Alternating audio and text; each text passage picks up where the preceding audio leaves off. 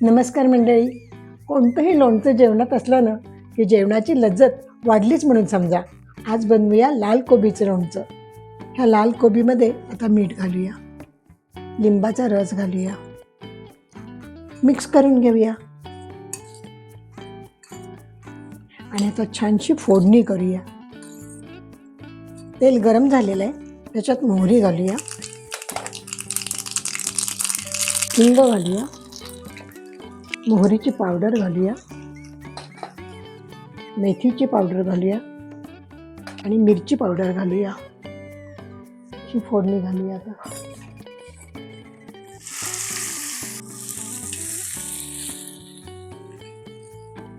या लोणच्याला शक्यतो हळद नका घालू, कारण हळदीमुळं रंग बदलतो.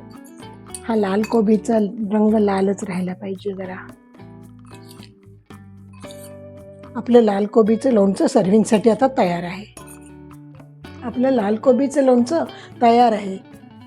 नक्की करून बघा, कॉमेंट करा आणि सबस्क्राईब फॉलो करायला मात्र विसरायचंच नाही अजिबात.